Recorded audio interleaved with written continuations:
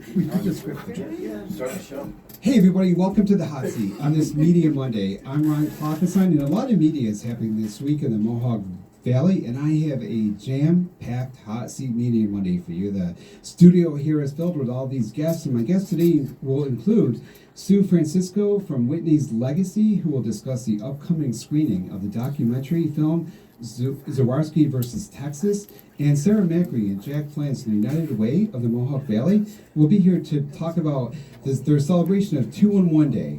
But we begin tonight with First Date, the musical comedy presented by Rome Community Theater. Just opened this past weekend, and I'm joined by director Claire Bosley, by two of the show stars, Hannah Pegg and Nick Mellace. So Claire, let's start with you. Is this your first time directing a show? Sure is. So what is First Date about? First Date is about a couple that is on a first date, and they're very different from each other. One's kind of a straight-laced guy who's been out of a long-term relationship, and the other one is a very artsy and free-spirited girl who goes on a lot of dates all the time.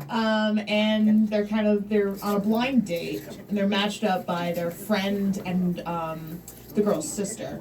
And they basically, while they're talking, we kind of see their inner monologue play out through the people that have influence on them with regards to dating. So, we see Casey, the main girl, we see her sister who gives her advice on how she should find the perfect man, or we see both of their exes show up at one point. We see Aaron, the main guy's best friend, who's like, hey dude, you sound stupid. And that's where a lot of the comedy comes from, is all these people that are in their lives or not in their lives or they're imagining exist that come into the scenes and they just comment on what's happening on stage. So it sounds like a really fun play. It's a lot of fun. So Hannah and Nick, are you guys having a good time with the play? So much fun. Absolutely. Every single day. It's a blast. You guys are getting closer to the mics there. Yeah. So it's a musical comedy, right? So there's singing and dancing you were telling me about? Yeah, absolutely.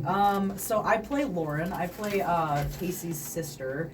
And as Claire said, jump in intermittently and kind of give some quippy one-liners, tell her what to do, what not to do. But the fun part about this show is that we get to be so many different characters, and all of them are so vastly different. So I get to show up as the hallucination of Aaron's grandmother, and I get to show up as the hallucination of his mother who has passed. And it's such a fun role because it's so challenging. I've never really done anything like this before. So to change between characters at the rate that we're doing it on stage, it's only a 90-minute show, and we have to change between each person so quickly, and to do that mental switch as an actor, it's a really awesome challenge. And it's a good What's challenge. What's involved in it? Do you have to change your costume? Yes, there are a lot of quick changes going on backstage, and we are all crazy enough to do them all by ourselves. So yeah, not only are we back there changing costumes and grabbing props, but at the same time, in the couple of seconds that you get backstage, you got to think, okay, now I need to be somebody else. Now a different character. Yeah, absolutely. So it's a fun challenge. It must be. And Nick, one of the characters that you play has a British accent. And that's been a unique challenge for you to stay Brit but not go Aussie. yeah. There's a particular line at the end of the show that I won't spoil here, but if I'm not careful, it does slide into Australian for some reason. I don't know why. I love it. But yeah, that's been a lot of fun, So my particular character, I'm man number 2. My main role is Reggie, who is one of the actually real people in the show. It's Casey's best friend, who, when she's on these blind dates, you need somebody who has your back, who can bail you out if you're stuck in a awkward situation and you need an excuse to just get the heck out of there. And so that's Reggie. Reggie is the one who will call her and give her some fantastic excuse to leave if things go wrong. But for the first time, probably ever, Reggie's calls are going to voicemail. Oh, And so maybe she was working out. So, Yep. So, Reggie is predominantly the role that I'm playing, but then, like Hannah mentioned before, I'm switching between that role and British ex-boyfriend, an imagined future son of Aaron and Casey, who, due to some, key differences between them in terms of, heritage, I guess you could say, causes some confusion, which, again, we won't spoil that, but it's all a great source of comedy. So does your role involve costume changes too, and as well as accent changes and all that? Yeah, absolutely. I mean, thankfully, the way that the show is written and the way that the roles are split up, for the most part, we do have an opportunity to breathe a little bit in between the costume changes, but there are a few scenes in particular where, you don't have many free seconds where it's like if you're missing a piece, then it's just like you gotta make do. Yeah. Thankfully, I don't think we've really had any major wardrobe malfunctions, but knock on wood, there's still 3 more shows. So Claire, like for you have to think about for these actors, they have to play multiple parts. But for you have to think about every actor, all those multiple parts on top of those, plus what the crew members do, and it's a lot to think about. Now, what prepared you to direct? So I graduated from SUNY Oswego with a degree in acting and directing. Oh, so you have some training. Yeah, so I have taken directing classes. I have directed scenes. I did have a short blip directing children's theater out in the Midwest. So I've directed things before, but not something quite like this. Not a full show, not something that I was coming up with everything and having to handle literally everything. Things I didn't think I was going to have to handle that I ended up having to handle. When you say that, I'm thinking about some of the things. I mean, for the people listening who have never done a play, you're in charge of you have to be, you kind of have to sign off on like the sets, the costumes, the actors, the performances, so many things that you have to keep track of. How do you do it all? I started with a vision for what I wanted. I had a vision for what I wanted the set to look like. I had a vision for what I wanted the costumes to look like. And once I've communicated that and handed that off to another person, it's a lot easier to handle the mental load of it because I already knew what I wanted. So I can see something and be like, no, that's not what I wanted. And I of course did dip my hand into all the different, pots there for that. Now, I was a set painter for it as well. Like, do you put a lot of it, like, in writing, or do you, tell people, like, I'd like the set to kind of be like this, or do you write it out, or do you sketch it, or what's a very your visual process? person, so I sketched out a basic design that I sent to our scenic designer, Laura Salvaggio.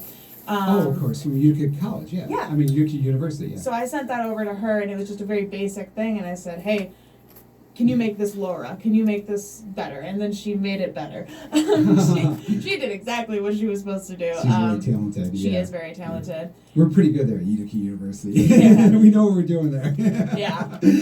So Nick and Hannah, let me ask you, like, what was really, what do you think was most beneficial in terms of Claire's directing? Like, do you prefer to get, or from any director, like, do you like to get notes in writing, or do you like a director, like, says, hey, try this next time? Or do you guys interact with each other to give each other ideas? Or kind of what was your process with these roles that you're playing? You want to go first? Sure. Yeah. I think Claire gave us a lot of freedom to begin with. I mean, you know several of the actors prior, so you know kind of what the talent pool is like.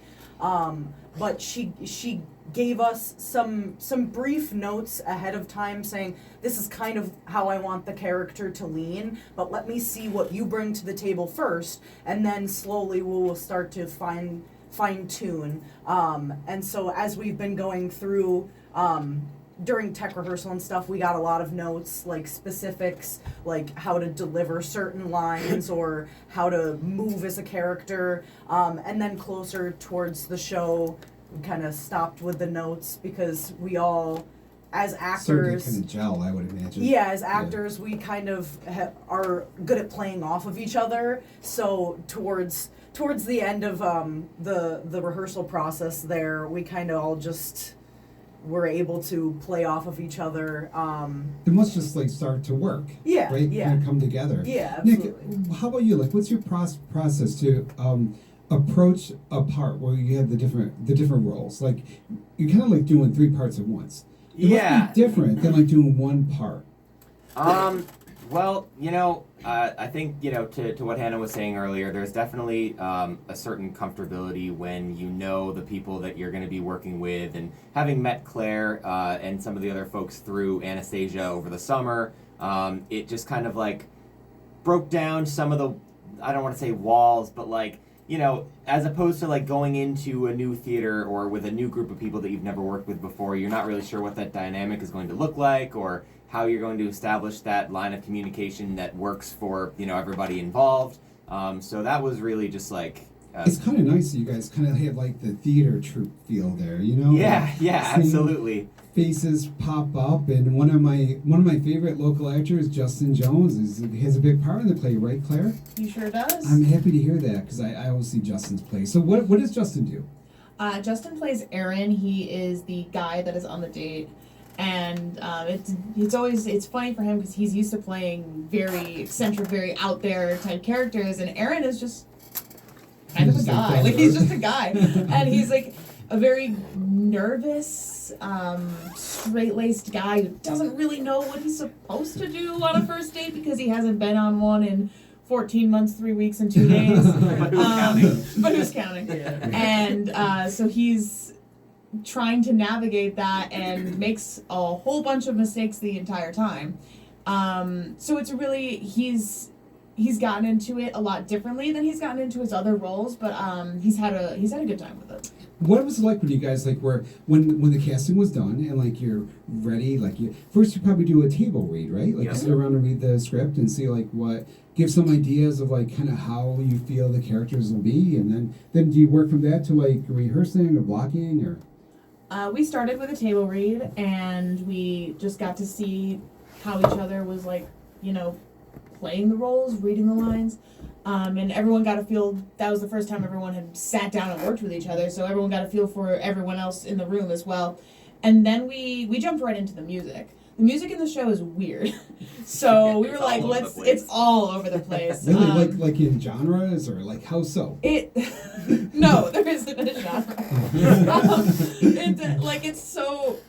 I really can't explain to be man. I wish I got your glasses were here, because it's really hard to explain. It's contemporary musical theater. It's fun. There's a song that's a lot more techno. There's rap. There's cool. Wow. There's this like we're gonna give away ballad. 2 free tickets to this play too. So so listeners at uticaphoenix.net/meeting Monday, I'll have that up. So. Yeah, so all these kinds of genres too. So. Yeah, they've shoved just about everything they could shove into this show. So do you guys sing different parts, like different styles? I mean, like, do you? What is this play like? I can't wait to like see this now. I'm really excited. He's the one who has to rap. Yeah, I have to rap in more than one character, honestly, which is kind of strange. But so yeah, like as Reggie. So that's like another thing, kind of like an accent, you have to do that too. Yeah, it's definitely it's challenging in the sense of just like I don't know, I didn't really see myself as being able to do that. I've never had to do that in a show before, so how did you learn? Was that like YouTube as well, or is there like an app to help you with that, or? So my process for learning the music is really just like listening to it 100,000 times over and over again until I can just hear it in my head. And obviously, like working with our excellent, music directors to break down the parts for us on the piano and creating rehearsal tracks that we can listen to and download to our phones and just kind of like use that as guidance. But ultimately, the show soundtrack. There are some changes from the official Broadway version that we've had to adapt to, unfortunately, Okay. But what are you gonna do? I'm very happy with the version of the show that we're doing, and it's been a lot of fun.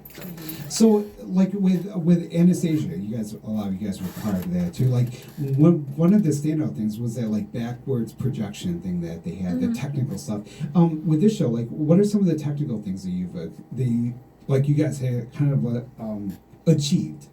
It's a pretty standard show when it comes to like technical stuff. We did. We have incorporated backlighting, which is really fun. So we have LEDs that are set up That behind. looks really the, cool back then, you know. Yeah, it really does. I mean, I We haven't have seen these- yours yet, but I'm sure it's going to be great. It is very cool. Yeah. We have LEDs set up behind the set. We have fabric flats that you Oh, can see yeah. through, so the lights bleed through that, which is really cool. But otherwise, I mean, we just have pretty standard lighting, and we have a couple sound effects. We did have to pre-record a voicemail for Mhm. the show for Reggie, who gets sent to voicemail multiple times.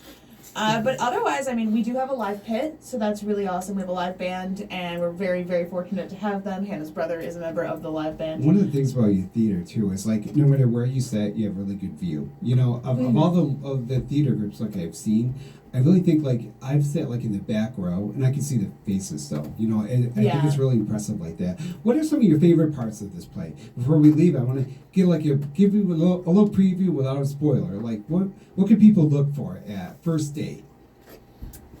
Ooh. Yeah, not to spoil too much, but one of my favorite songs is called Girl For You. And it comes between the two characters having kind of different backgrounds growing up, and different views on religion. And you get a bunch of these hallucinated characters that show up.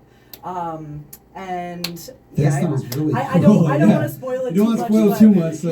Yeah, but the music Yeah. in it is so fun, and the character work for me, for Nick, and for our waiter character Dustin, is definitely It sounds great. How it's about you awesome. and you next? I mean, one quick thing. I'm going to go to you, Claire. I'm going to wrap this. Absolutely, yeah. So I will also shout out our waiter character, played by Dustin Mauk. He has a bit of a showstopper about 2/3 of the way through the show, where he basically just like steals the show, honestly, and it ends with a fantastic kick line. And Who is that actor again, Claire?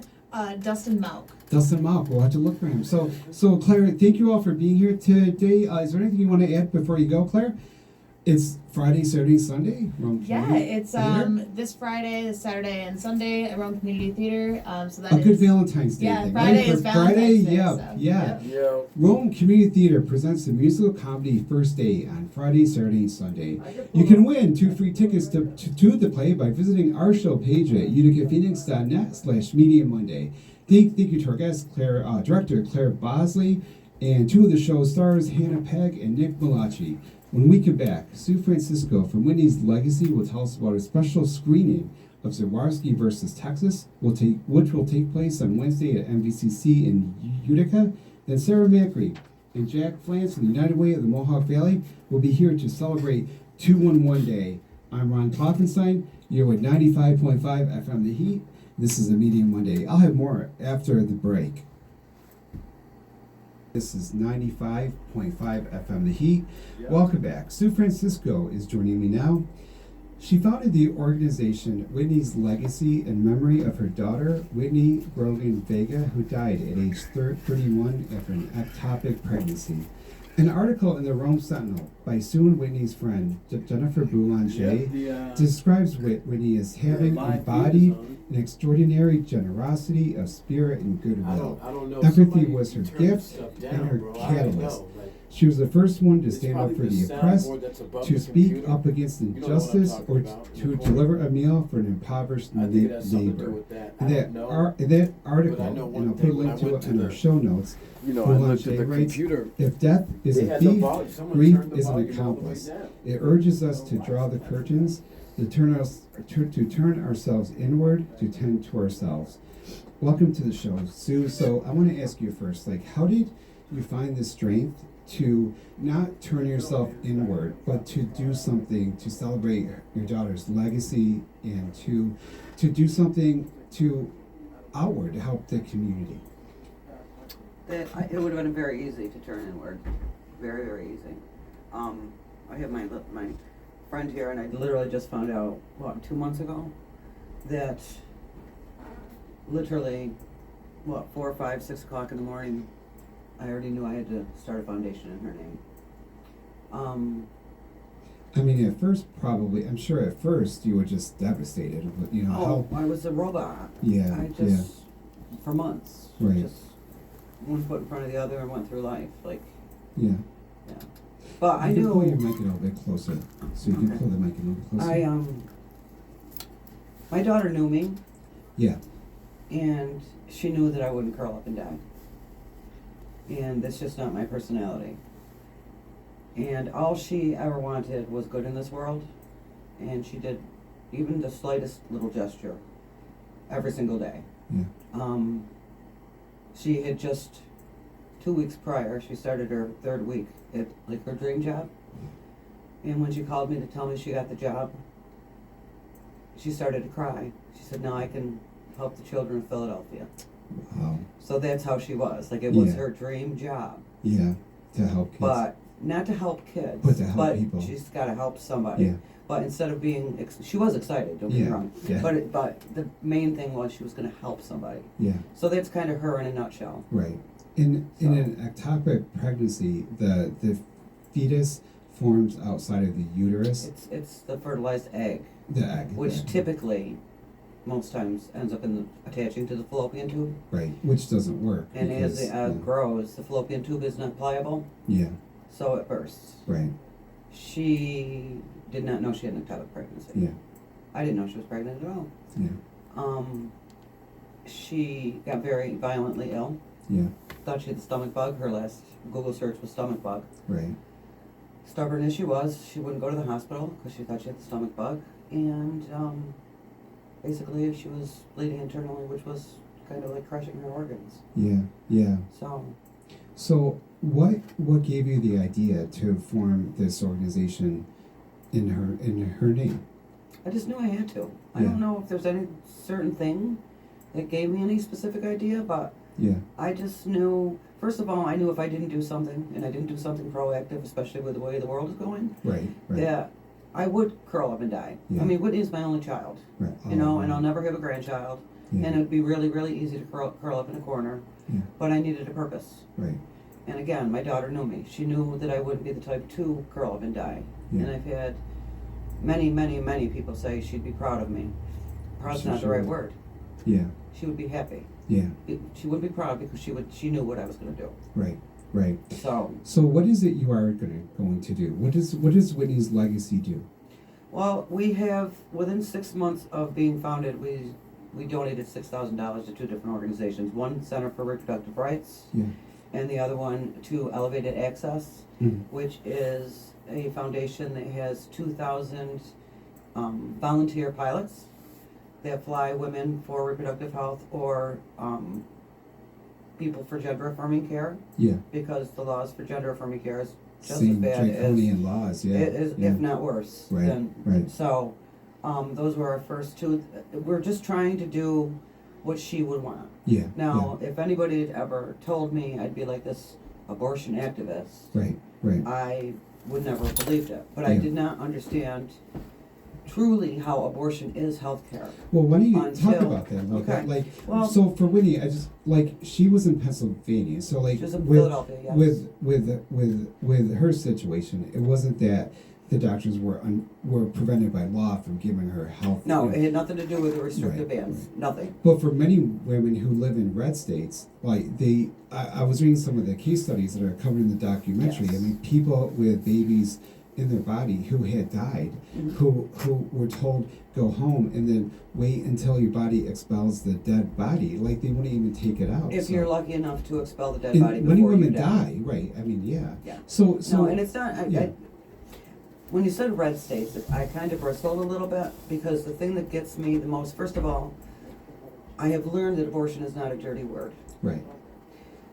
And abortion should not be political because it's more life-saving than a quote-unquote killing babies, ripping babies out of wombs. So that's my latest thing. It's like I'm trying to Yeah. change people's thinking on Right. this. Can I you did tell us- I did a lot of research and finally found the percentage of women that are killing babies, that are having an abortion for abortion's sake, Yeah. and it was 1%. So 99% are health care, Right. or I'm assuming that rape, incest, Yeah. that Right. kind of thing is probably within that 99%. Or had a personal So- reason that's known to them and really Right, is none of our right, business. You know. right. So it truly is healthcare, but truly I didn't understand it until I went through this myself with my daughter. So, because of what happened to your daughter dying from the ectopic pregnancy, it made you like become more aware of how other women were dealing with it and not able to. That's what kind of got you involved in this issue. Is what I'm trying to say. Yes, Yeah. and we didn't even necessarily start Whitney's Legacy for this issue, Yeah. but it's just at the forefront right now. Right. Because, and I was telling somebody the other day, every single day, a woman is dying. Yeah. And every time I hear of it, Yeah. it's almost like me sitting on my porch in Some of December the- 12th. I was just doing some research about ectopic pregnancies. According to the Centers for Disease Control and Prevention, this CDC, the number of ectopic pregnancies in the U.S. was approximately 100,000. So it's really common. I mean, And it's surprising how many people don't 1 understand in it. 50. Yeah, so it's like 1 in 50, and it's been increasing too. Mhm. So it's something that could happen to anybody who's Anybody. pregnant. And what people will see in the documentary is oftentimes the doctors know what to do to save their lives, but the law prevents them from that. Right. None of the women, there are 3 women in the documentary, and none of the women had ectopic pregnancies. It must be. I guess I was reading. I was Yes. reading all weekend about this stuff. Yeah. So I mean, well, a lot It's of easy women, for it to get. Yeah, and I mean, convoluted. for women that do, it doesn't really matter if they live in a state where the doctor can't help them for that. Then Well, I have heard over and over from those particular states, Idaho, Texas, Tennessee, now Georgia, they're like among the strictest. yeah, And I've heard numerous women with ectopic pregnancies being sent out. And usually they say come back in 48 hours. right. My daughter was dead in 17. Yeah, you may not survive that long. Yeah. So why don't you tell me a little bit about the documentary and why you're presenting it on Wednesday at MVCC in Utica at 7:00? Well, again, abortion is not a dirty word. And you know, I was trying to remember, I watched it 2.5 times because I fell asleep one time. And I don't even know if the word abortion is even in the film, but basically, abortion is a termination of pregnancy. Yeah, Amanda Zurawski, the lead person, she's the first one to sue the state of Texas. Mm. Okay, that's how it became Zurawski versus Texas. right. She was 18 weeks pregnant. Her water broke. She couldn't be touched because there was a fetal heartbeat. And I don't want to give too much of the film away because you got to Yeah. come see it. Right. So, when I had my daughter, ironically, my water broke 3.5 days before I had her. Yeah. She was 7 weeks early. When your water breaks, you go to a sterile surroundings. I was taken from Rome Hospital to Crouse Hospital and put in sterile surroundings. Bed rest, period. She was given the option because these doctors don't know what to do. Because in Texas, it's 99 years in jail, $100,000 fine, and of course you lose your license and your livelihood. Yeah. So you have to prove that it was necessary. How do you really prove it? So they gave her the option to leave and go home and stay within like 15, 20 minutes of the hospital. Yeah. And which she opted to because they didn't know 2 days, 2 months, 2 weeks, 2 whatever. Right. And 3 days later she was back in the hospital in septic shock and fighting for her life in ICU. Yeah. And of course lost the baby because the baby is not viable. And it was all unnecessary. Exactly. The baby's not viable if there's no amniotic fluid. Right. It's just not going to happen. So, Yeah. you know, and that would be quote unquote abortion. Yeah. Is a termination of the pregnancy, Right. which has to happen. Right. She's But, lucky. I mean, to abort means to end. I mean, you can Yes. abort stuff too. Exactly. You know? Yeah. We aborted our commercial break. Yeah. We're probably going to abort the next commercial break, but you know. So, But so tell me a little bit about like, what do you hope with the documentary? Like, what do you hope people that come to it will come away with, will learn from well, this? I hope it shines a light on women that abortion is healthcare. Like I Yeah. said, it took my daughter's death Right. for me to truly understand it. Yeah. And it really is healthcare. There are 3 women that went through harrowing experiences in the film. Yeah. First it started with Amanda, then it was 3 women, then it was 5 women. The last I knew it's 22 women suing the state of Texas.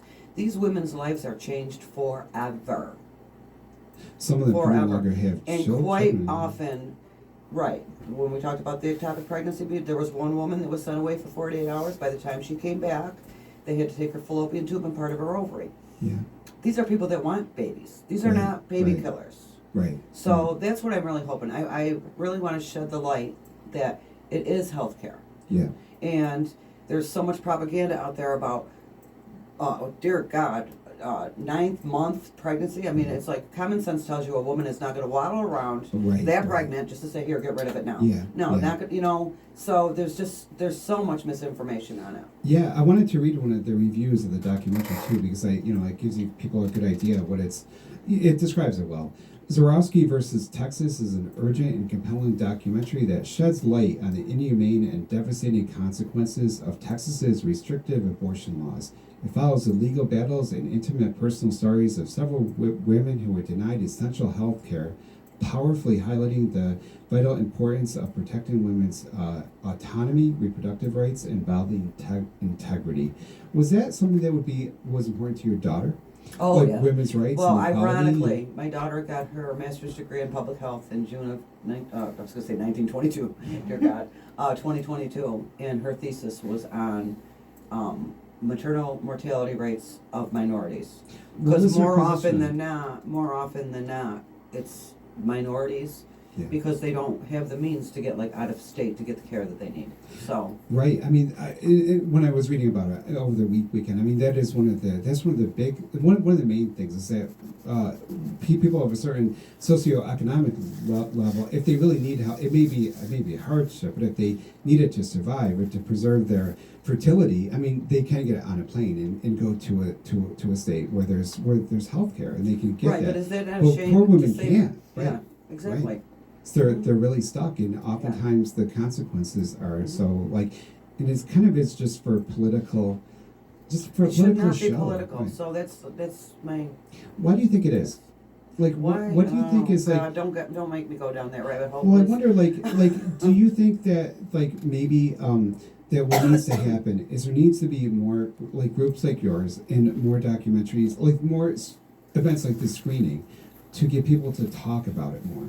Oh, definitely. Awareness is huge. Yeah. We know for a fact. My main goal when we started Whitney's Legacy was to save a woman. I Yeah. wanted to know that I saved a woman. I know that our money is out there, I'm sure, saving women, people. Right.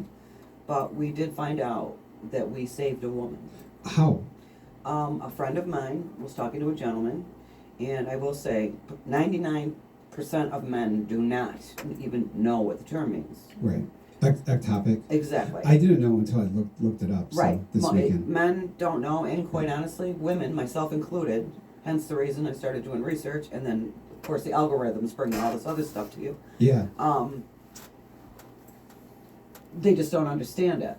So this gentleman was interested enough, who was talking to my friend, and listened to about Whitney's story.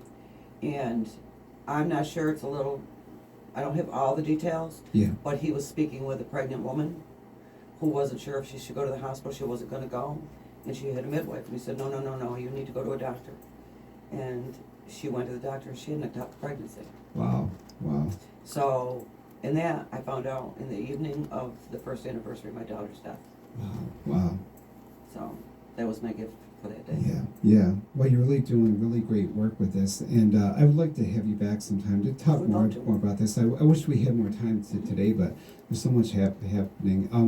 Zurawski versus Texas will be shown at MVCC in Utica on Wednesday at 7 p.m. It's free. You can donate to the group if you'd like, and a way to really get people maybe to talk more about these issues. I feel sometimes like with the abortion, same with transgender rights. It's like the people that know the most about it are the ones that aren't ever heard. And they're not making the laws. Yeah, it's frustrating because with the transgender thing, all of pretty much for a lot of 2023, I wrote a series of articles. I did 6 months worth of work in the issue, in stories and stuff, and the things I hear people say are so removed from the fact, and I'm sure you probably feel like that too at times with women's rights and with abortion and stuff, that you hear just kind of the craziest things and the loudest voices and screaming, and meanwhile women are actually dying Daily. Yeah. There's 2 states that have stopped even counting maternal deaths now. Wow. Georgia Yeah, and that Texas. says a lot. Yeah. Well, Sue Francisco, thank you for being here at Whitney's Legacy, and you can go see Zurawski versus Texas at 7 p.m. on Wednesday at MVCC in Utica. So next, I'm going to have Sarah Macri and I think Jack Pflanz are going to be on the camera. You guys both have to actually, Sarah and Jack, you have to like come right over and get right in those chairs now. And so you gotta go. I'd like to look back in the fall. Beautiful summer day, and we talked about 211 program. It was after the hurricane, I think. The tornado, yes. Let me find my script here. I'm moving without my commercial break. I'm like totally shocked because I'm kind of new at this here. I'm still like learning. So hey, here we go. So just pretend you heard some great commercials there. Well, welcome back, everyone. Tomorrow is 211 Day, and Sarah Macri and Jack Pflanz from United Way of the Mohawk Valley are here to tell us all about this. So, what is 211 Day? All right. So first, thank you for having us. Happy to have you. Yeah. Okay. Give me a little bit of extra time too. Right? A few extra 30-second bites here. Let me make sure I got my mics on. So I got mine. Yeah. Okay. We're good here. Yeah. So 211 Day. 211 Day. So it's pretty much an observant day to just take a minute and have a realization of the impact of 211 and what it can do for our community and our surrounding areas. 211 is national. It's across the state, so it's not just us that it's helping. And just to bring more awareness to that is huge. You've really done a lot, especially over the past year with the tornado. Yes. Like there was I was looking at the stats that Jack sent me, and like with the one of the main It's calls amazing. was debris removal. So Yes. I mean, it was really amazing just to see the difference in the numbers. In 2023, we had about a little over 2,100 calls for the whole entire year. Now, when Jack and I took these positions at United Way and we immediately started with an awareness campaign, just with having that awareness campaign, we have done almost 4,600 calls for the whole entire year of 2024. Wow, that's so what impressive. a difference it can make when you know about it and it's pushed out there and people push it to others, and it could really make a huge impact. And when we seen that disaster happen, it really came into play, and you didn't realize, wow, this is such a needed thing until a disaster happens and we're in act and we're in full flow doing what we have to do. It must have been kind of nice, I would think, too, like for the people that were calling for help, not just to get the help and referral, but also just to have someone to answer the phone. Yes, and we took about 1,500 calls across the 3 counties just in the disaster period. Oh my gosh. And that wasn't even just on 211. And a little side note, our transportation program, we took about over 800 calls in transportation during the disaster period too.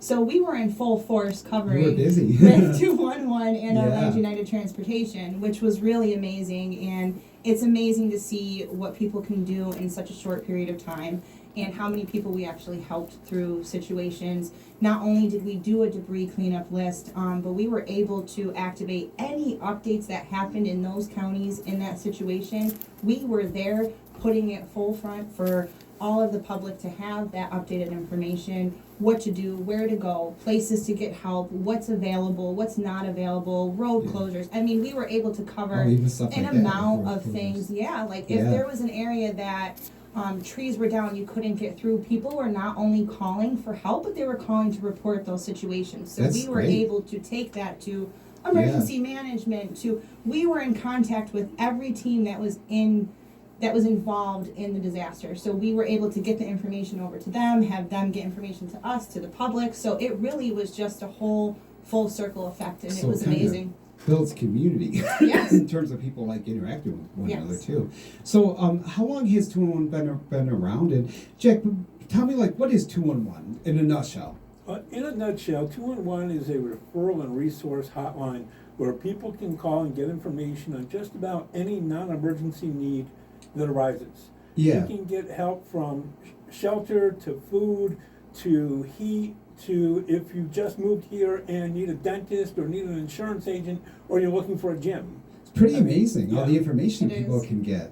Yeah. One of our really cool impact stories was we had a single mother who had an autistic child, and she didn't know how to get connected to those services. Because of 211, we were able to connect her to all the services she needed to relieve a lot of that stress she had coming here and not knowing. It was the unknown. And there's so many like agents, like if you have a child who's on the spectrum, or like if you have an issue yourself, you know, oftentimes there's so many different agencies you have to deal with, and Yes. it can be confusing. Like Or what you do get the different things do? runaround. You know, Yeah, you right, stop at right. one place, maybe they're full, Yep. they don't have services, or they're booked out for months. They tell you, they refer you to 2 other people. So Right. you're getting the constant runaround. Yeah. And what's really nice with 211, we track, even like if shelters, if it's code blue, you're in need of a shelter, we are even tracking how many beds are available. Wow. So you're getting real time service and data Yeah. with 211 to cover 3 counties. So a person just picks up the phone and calls take the phone out of their pocket and 211. Yep, And you then- can call 211, text 898-211, or go right to our website, which we just updated. Oh, cool. So like, how does it know like if you're from Utica, like when you call that? It Like, pinpoints your location, Oh, so it'll okay, give you great, the great. closest services that are within that area when you call in. so like it can know if you're in Rome and get Rome Yes. stuff and stuff like this. So what is 211 day like? What, I mean, obviously February 11th. It makes sense, you know. So It's really It's a great just day an to- observant day to. Yeah. So we had actually 2 officials. We had Anthony Pacenti come in today oh, nice. to give us a proclamation for 211 Day on 211 February day. 11th. 211 day. So I Okay. love that. Yeah. But it's really just a day to take back and observe and realize the importance of 211. Yeah, That's yeah. really It's a just tool, what it Ron. is. It's a tool for us to be able Sounds like a to great tool. raise advocacy and awareness Right, for right. 211 amongst people who aren't aware of it. More people are aware of it now than they were 9 months ago, but Yeah. there's still a ton of people out there who don't understand what it is. Has use of it been consistent since the hurricane, since the tornado? Like, are people so and now that they know it's there, probably Yeah. they continue with it, right? So Yeah, I mean, the calls have been, our call volume has been increasing over the time, especially, it really took effect when we had the disaster, so Yeah. it was nice that we did that awareness campaign Right, prior, right. because that was really helpful in that Yeah. time, but it's been continuing to increase, and I think our highest calls is really shelter, utility help, child care, and it goes down from there, but our biggest ones are probably housing and food.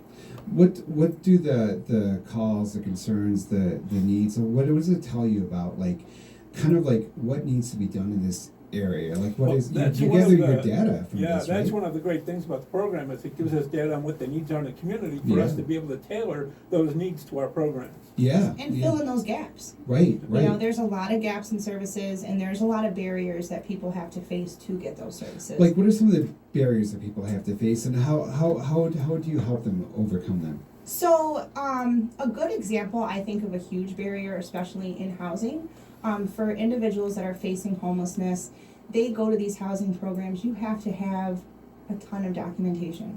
Not a lot of people have that. If you were not born in this area, you have to pay $65 to get a birth certificate. You And have if to. you have no home, you Yes, know. and if you have no home, you have Yeah. no job, how are you gonna come up with the money to do those things? Right. So even by just reporting, if we don't have the service available right now to help Yeah. you do that, or we can't find the service to connect you, Right. at least we're getting that report in, so then I can look at the data and say, hey, this is a huge barrier. Yeah, Let's yeah. create something that Right. can fix this problem. Yeah. Let's create some kind of fund that we can have that maybe will pay for that $65 documentation that you need. Yeah. So not only, if it's something that we're lacking, it gives us more of the ammunition to fix those problems. Like, and how does the United Way work? So, like, you're an agency with affiliate agencies, and like what you do is kind of like a clearinghouse for information and for funding, and like, what is the United Way? United Way, I think it's the kind of thing where people, like, we all know what it is, but what is it actually? that question comes up a lot. Is, Ron, the what short do we answer do? the short answer is we help people who can't help themselves. Yeah, right. And I'll let Sarah go into more detail. But we also, like, we don't provide a lot of direct services to clients. We are more of that man behind the scenes that are providing the funding and knowledge to other agencies that do those direct services. Yeah. So we don't have a lot of programs like our Ride United program. We deal directly with clients. Yeah. Other than that, in our 211, we just provide services to the agencies that are providing those direct So I would services. think that like the United Way, one of the services that you provide to those agencies is like giving them kind of like a stability, like a financial stability, to know that they can continue their important work. Yes. With like having, you know, you backing them and stuff. And like, so what kind of things like what agencies do you cover? The United Way is such a big thing, you know. It's like We cover we have funded partners. So we have a grant cycle that is now a 2-year cycle, and we are coming up on a new cycle of that, which will be released around spring of this year. so agencies will like submit a Apply. grant proposal for like a 2-year funding Yep. for you guys. And we basically will review that. We have our committee that we review how those allocations are going to go. Yeah. And it's surrounded by our 3 pillars. But right now, we're What in the are they? middle. Our 3 pillars are financial stability, health and wellness, and education. Mhm. So right now, we are in the middle of strategic planning. So this is going to be changing. Yeah, yeah. Around what the needs currently are. This Oh, has right. been, you know, our And it could strategic change process. because of the Exactly. tornado So and, you know, stuff. a lot of that is looking at all of the data and then creating those new things around what our community currently needs and being up to date with that. So it's really a great process. It's a long process, but it's a great process because it really takes on what the community needs are now. You know, I think like for the 3 of us, and I think we know kind of like what we mean when we say a grant. But I think for people to listen to the show, like a lot of people who have never been in nonprofits or involved in fundraising may really have no idea. Like, what does it mean when you say people are applying for grants, and like how kind of like in broad terms, like how does the grant process work? And as a funder, like if agencies apply to you for grants, I've applied for many grants. I've never selected, never got to pick who got them, but you know, I know what it's like to apply for it.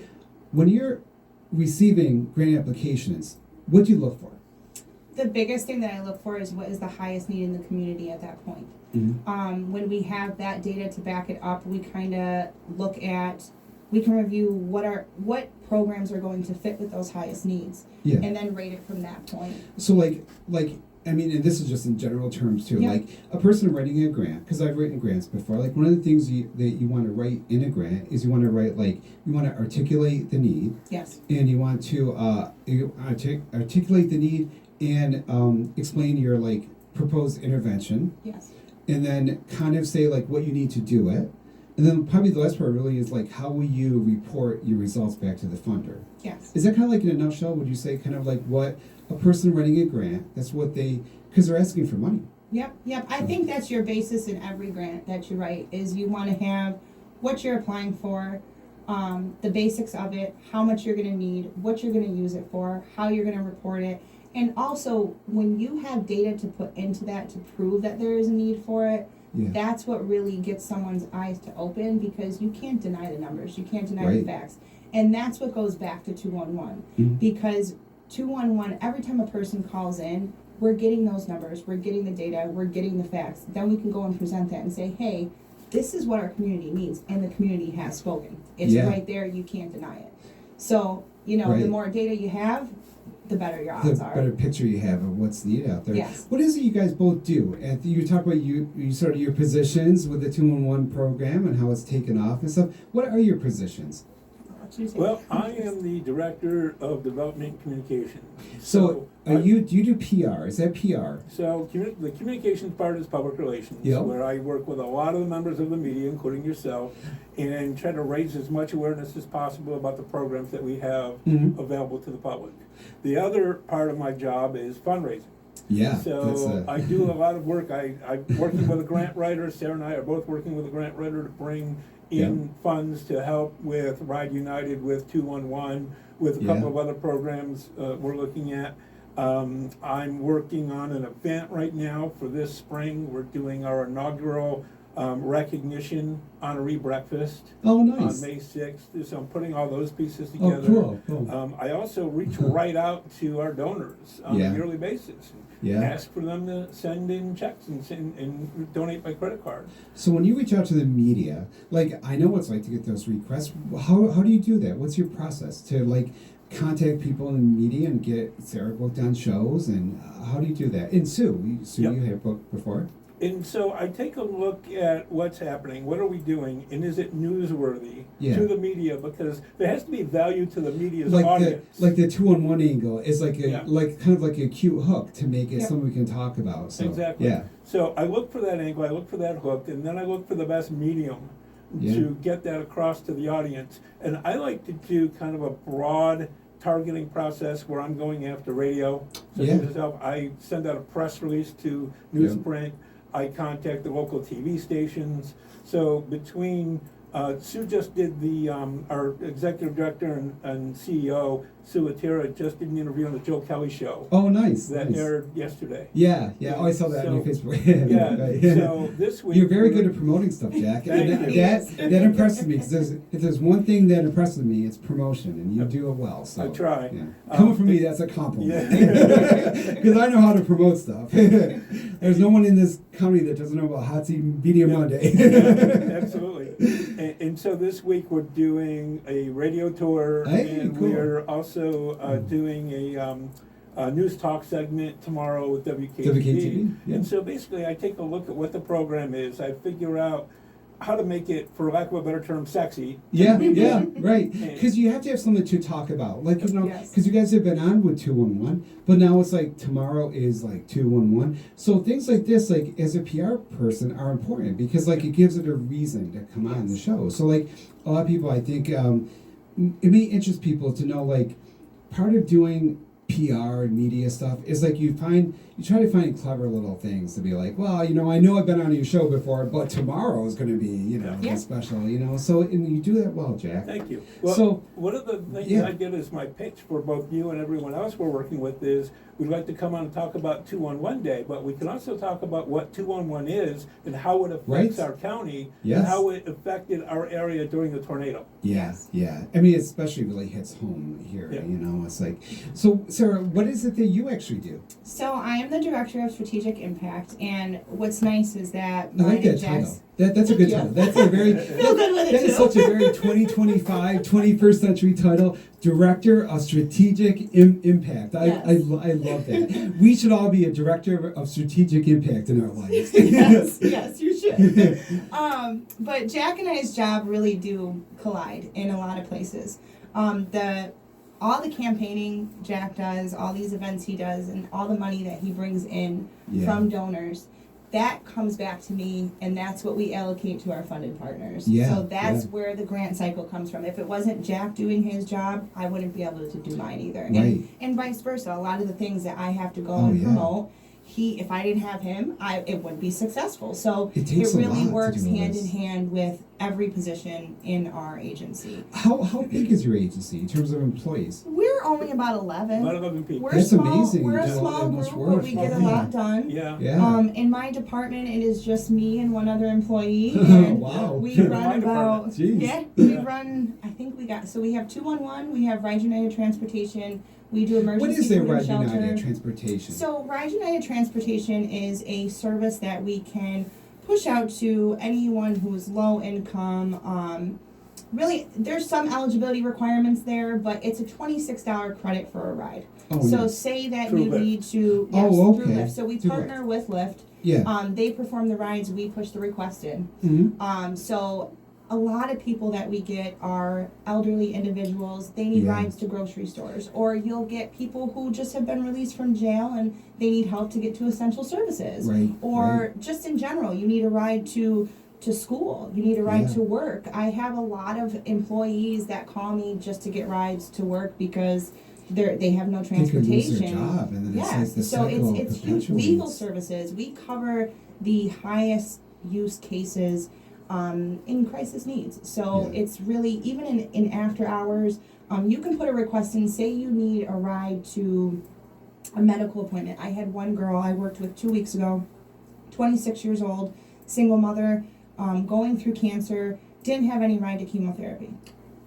Ended up booking her a ride for every day that she needed for 2 months straight. She was Wow. able to get and go to chemotherapy free of charge, no cost to her, less stress she has to worry about. Yeah. So we're just trying to So all this money that relieve- people donate, it helps Yes. people like that with like yes, these and real that's like, these donors don't neighbors really like that. realize how Yeah. much you're actually putting back into the community. So that's what why a huge it's difference on making huge. someone's life. Yes, it's Yeah. absolutely huge because you're not only changing individuals, but you're also helping the agencies that are changing those individuals' lives. Yeah. So that's what yeah. it really it comes in, but it goes right back out Right. to right. all of our communities. So that's the amazing part of what we do. Yeah. But we also cover emergency food and shelter, and that is a grant that agencies can apply for, and we're the lead on it. And we have a new phase that is coming up that will be put out in a legal notice for any agency can Oh, apply to apply for. to yeah. Yep, yeah. any agency can apply for it and receive funding as regarding emergency food and shelter. So if you run a food pantry, if you Oh, run a nice. shelter, we help put money back in there so you can keep sustaining your programs, you know. So we have that, and we're working on some new initiatives, which I'm really excited about. You have to let me know. So, I want to know. when we get there, we will. No We do spoilers, have- but you know, I have want to be the one first to spoiler. know. I can Yeah. give you Oh, one tell me, general tell me. one. A scoop. We have a youth pilot. We have a new Nice. program Oh. coming. It's called Live United League for Youth, and we are actually piloting that, and it starts this Friday. Oh, cool. So we are piloting it right What's it now gonna- for what are you 5th gonna and do? 6th graders. We have a lot of like leadership and mentorship that is gonna, really help those students that are struggling with nice. relationships, or maybe Yeah. you need help. I would like to eventually expand into high school, and Yeah. we have some college students coming to help us teach those courses. So we just want to do like that peer-to-peer mentorship, touch on some life skills that you don't learn in school. That is really and nice. that you just I teach yes. 8th grade, so I know. Yes, I teach college and too, you so I want to was do gonna it say that'd be- engaging, so it's Yeah. fun for the kids. Right, so it's, right. it's supposed to be a learning They listen experience, to but each you other. want to So I have like that fun about to take connecting away. them with yeah, Yes. because they listen to peers. Yes, And, and it's older peers, they engaging lose them listen into to, the yeah. community too. Yeah, like yeah. we're able to do some fun events that maybe they want to do. Maybe we want to go clean up a park, or Yeah, maybe we right. want to do a leadership conversation. We can have one of our funded partners come in, talk about what they're doing. You know, if the kids want to present a mock business opportunity that they have an idea with, it's their Wow. opportunity to do these things and Yeah, explore yeah. what is in the community, how to get those connections, and also go around our 3 pillars of financial stability, our health and wellness, and our education piece, just to come full circle, but making it in a fun learning experience for the That kids. sounds great. And it has to be fun too. And those kids might become lifelong volunteers, you know, Exactly. and involved in stuff. And I think it's like, people need to know like what the United Way is and how to not just how to ask for help, but how to help the agencies and get involved and go to fundraisers. And that's kind of what the show is for, to tell people like, hey, there's all this great stuff here. Just get off your couch and go do stuff. Yes. Go make stuff, It's like, once the show is done, then go make stuff. So one of the things we like to say, Ron, is we have a lot of wonderful organizations in this area Yes. you can give to. But when you give to one organization, you're helping one cause. When you give the Right. United Way, you're helping many, Yes. many Right. causes. Yes. And it- across the board, it's not just Yeah. limited to Oneida County. I mean, we're Absolutely. covering in 2 other counties as well. Right. Well, great job. So what so my guests today were Claire Bosley, Hannah Pegg, and Nick Malachi from Rome Community Theater. They're presenting the musical comedy First Date on stage Friday, Saturday, and Sunday. Sue Francisco from Whitney's Legacy was here to talk about the documentary Zurawski versus Texas. That'll be shown on Wednesday at 7 p.m. at MVCC in Utica. Thank you to Sarah Macri and Jack Pflanz from United Way of the Mohawk Valley for telling us about the 211 program, 211 Day. Happy birthday to our sound engineer, Jonathan Brooks, DJ Jay Easy. I'm glad he's not here for his birthday, because this day was pretty crazy with the commercials not playing and stuff. So Jay-Z, wherever you are, we are missing you so much. But we hope you're having a good time. So Jay-Z, happy birthday to you. Thank you to Jim Harrell, our photographer who recorded the show for YouTube and podcast. Nabil Khan is our entertainment correspondent. Look for the show Wednesday, possibly tomorrow. We'll do the best I can, maybe Tuesday, at uticaphoenix.net/Media Monday. I'm Ron Clafferson, and this has been the Hot Seat on a Media Monday.